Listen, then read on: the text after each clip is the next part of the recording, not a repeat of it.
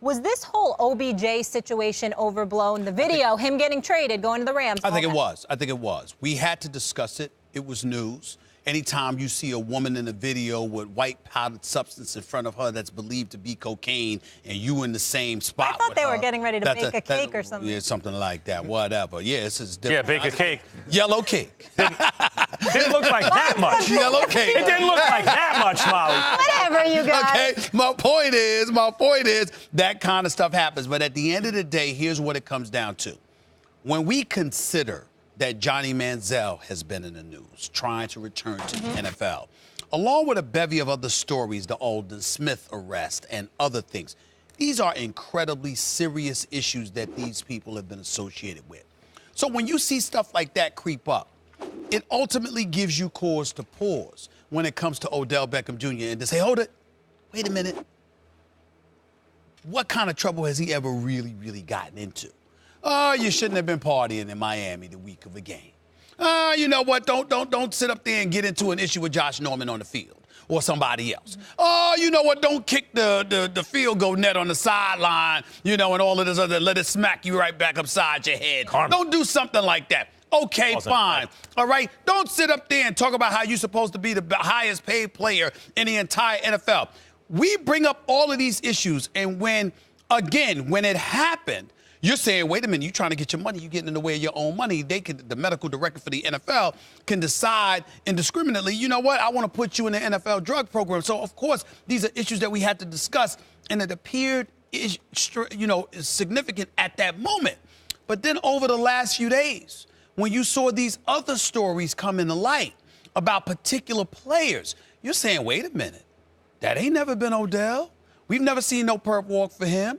We've never seen him with mug shots. We've never seen him in the police blotters. What we're lamenting is, all right, man, could you show an elevated level of maturity?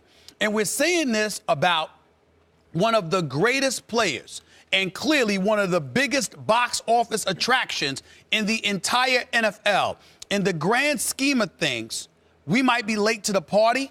It may have been helped by Johnny Manziel, Alden Smith, and others, but in the end, what it comes down to is that this was much ado about nothing because Odell Beckham Jr. essentially needs to grow up a little bit. Look, that's all it is. It's not much ado about nothing. All it is to say. Because Odell Beckham Jr., and I've been trying to tell people this for several years now, and I can't call him the best receiver in the game because he didn't catch passes in the playoffs, period. Like the whole Miami thing I didn't care about. You got to catch passes in the playoffs. You don't. I can't put you ahead of Julio Jones and Antonio Brown. However, he's better than those guys at all other times. He is a transcendent talent. There have only been 2 or 3 guys in the history of football at the position I think of on that level with, obviously Jerry Rice, Randy Moss, Calvin Johnson, and now you're talking about Odell Beckham. He's qualitatively different than everyone. That's why he's a big deal, not just because he dyes his hair in the antics. People see when they look at him, this guy is different.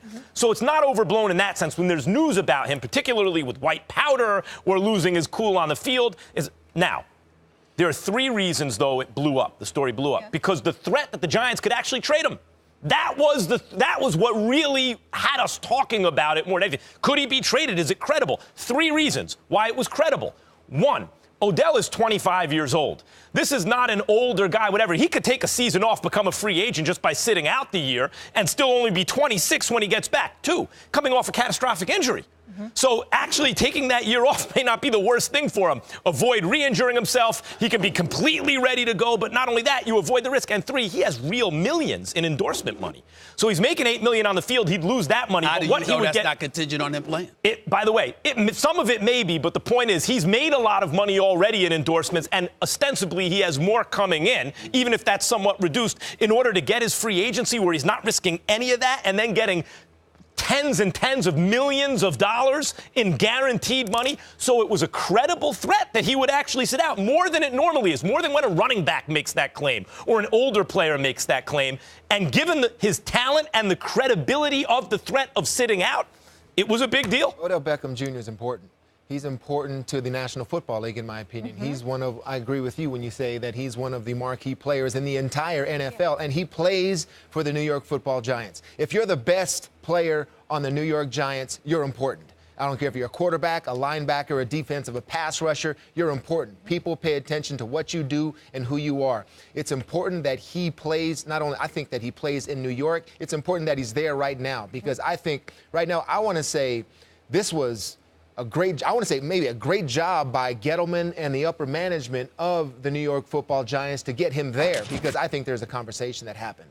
A conversation that happened that said, listen, we want to make you the highest paid wide receiver. Let's start talking about that. But we can't start talking about that if you insist on not putting a foot on that football field until you get your contract. That's not how things work. New head coach, new general manager, new relationship, fresh start.